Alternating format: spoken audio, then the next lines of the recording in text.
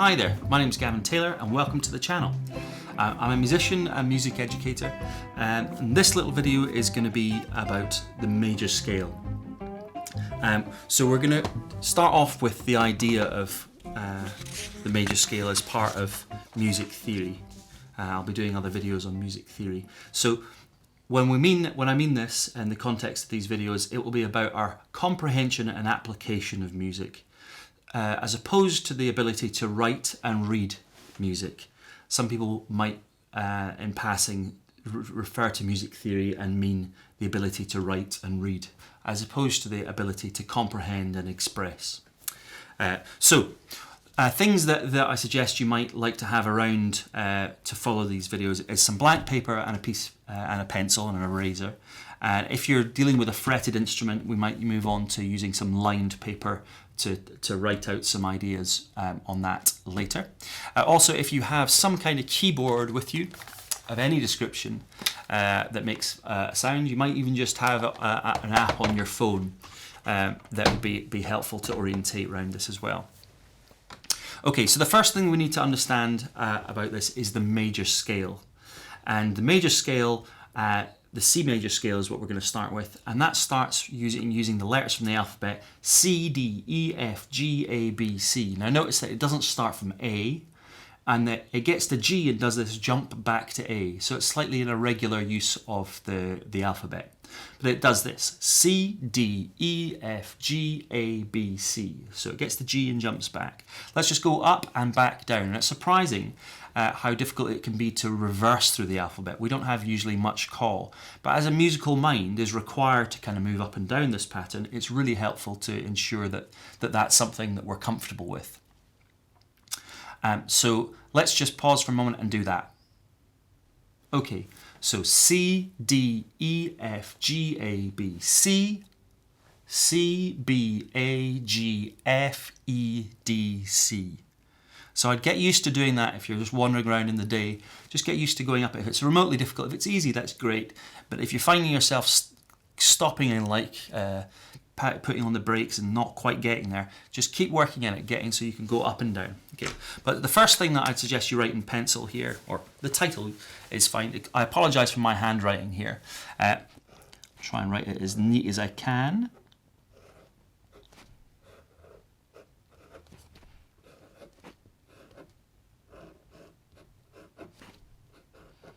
There we go.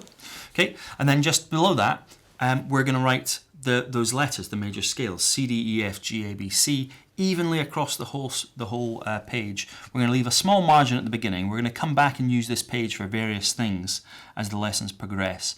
But let's, for just now, just write C, about a centimetre space, D, centimetre space, E, centimetre space, F, a bit big that one, G, centimetre space, A, B, C. Excellent, so we should have that nice and even. I suggest, as you say, write in pencil so you can just amend things and neaten things up as we go. I'm writing in pen only for virtue of that the camera has problems picking up the pencil. Okay, so now we're going to turn to our keyboard and we're just going to do a bit of orientation around the sequence and what we see in music. If I just turn this wee thing on. What we're after doing is orientating so we can get this. C, D, E, F, G, A, B, C, C, B, A, G, F, E, D, C. So, as you look at the keyboard, we've got this pattern here. What I want to ensure that you can see is that there's an irregular pattern. It's not or it's not symmetrical. Irregular is maybe not the right word, but it doesn't go white, black, white, black, white, black, white, black all the way up and down. It's got a pattern of 2 black keys, then 3 black keys, 2 black keys, then 3 black keys. So there's not that pattern, the 2 then 3 repeats and repeats and repeats. But inside that pattern, it's not irregular. It's lopsided or it's not symmetrical.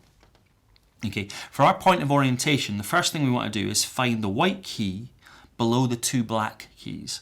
And this is C. Okay? And you can see that repeats up through octaves. An octave would be just when you get back to that same relationship, the next one up or downs. So there's an octave C. Okay, so we want to do a little bit of analysis here about the distances between these notes, as they're not all the same. We're just going to spend a moment looking at some terminology that we're going to use, the language of which our building blocks are based on. The smallest motion that we can make, the smallest distance we could move in music, would be a semitone. And from C, that would take me on to the next black key. That would be a semitone. Now that's not D. Our C scale is just the white keys, and that's why the keyboard is relatively helpful for it. We can't go wrong. We can do, and it's all the notes in the C scale as long as I avoid the black keys. But in terms of this point of a semitone, that would be one semitone. It's not what we want. We want up to the next one, which would be another semitone.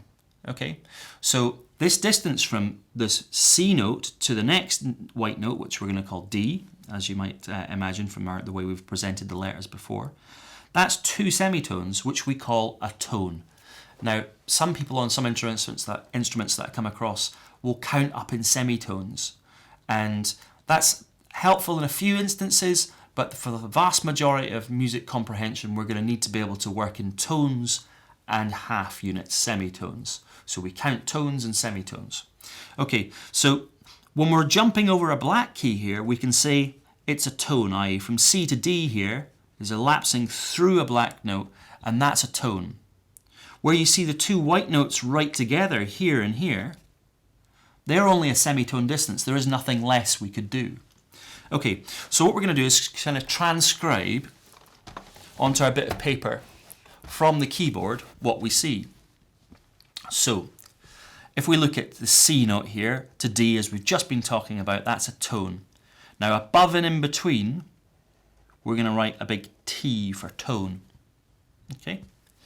Now that's C to D is a tone. Now D to E. Now it goes over another black note, so it's a tone. It's two semitones. And we get to this next step, E to F, these two white keys. So that's the smallest distance I could move. There is nothing less. So that's a semitone. So I'm going to put a very small ST between those. Okay, moving on. F to G, again, goes over a black key. So we're going to call that a tone. G to A goes over a black key, so I'm going to call that tone.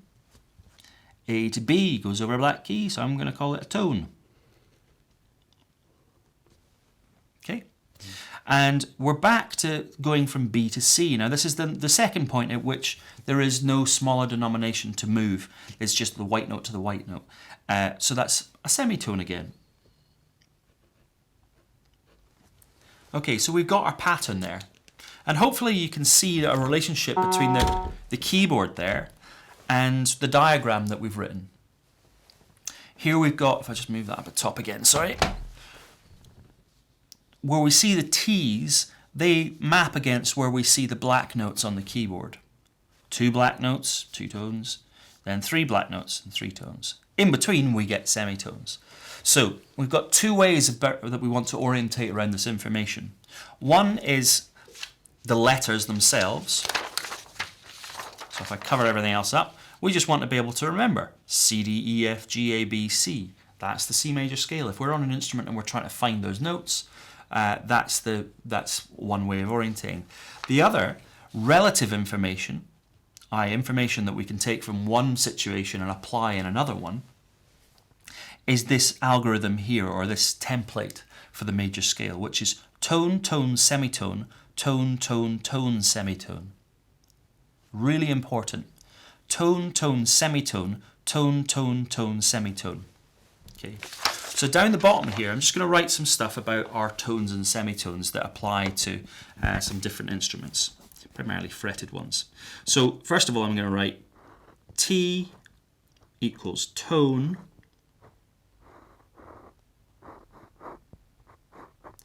and on a fretted instrument, that equals 1 fret. Sorry. Where am I going? I was thinking semitones. Terrible to get that wrong on this point. Okay, a tone, 2 frets. Okay, 2 frets on a fretted instrument. Below that, I shall write semitone, or start off with ST. See why you'll need a pen and a rubber. Sorry, a pencil and a rubber.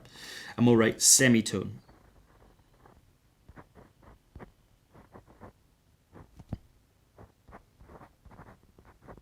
And as you probably guessed, that's 1 fret. So that's given us the ability to be able to take this idea from the keyboard of the major scale and translate it certainly onto a fretted instrument. It doesn't matter what type of instrument that is, whether it's a banjo, a ukulele, a guitar. They've all got frets on them, and we can understand that every time we're seeing a fret, it's a semitone.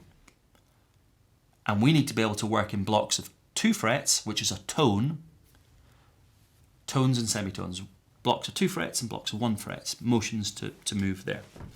Okay, so remember that there's 2 bits of information here that we're working with, relative information and explicit information, i.e. we shall be wanting to learn the C scale on the instrument, C, D, E, F, G, A, B, C, and where those notes are, but we'll also want to be able to use relative information. Go a tone, tone, semitone, tone, tone, tone, semitone on your instrument, starting from various points. Now, some instruments will make certain keys will be harder on them. So on wind instruments, it's very different from fretted instruments in terms of there's a different pattern of motion for each particular scale.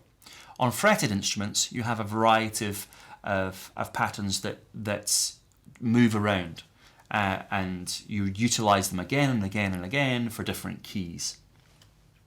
So that's our primer for the major scale in terms of an idea. The next video will be about applying it on an instrument. Okay, so in the next video we'll look at how you can map it out onto a guitar, a mandolin, primarily stringed instruments, how we can utilize that information, and we'll do that at the piano with the guitar beside us as well. But for just now, our pattern here is just about getting ourselves acquainted with the major scale, both the letters and the orientation that we see on a keyboard, and the distances between the notes. Remember, tone, tone, semitone, tone, tone, tone, semitone. 2 tones in a semitone, then 3 in a semitone. Okay? So that's us done our lesson 1 for the major scale. Thanks for watching.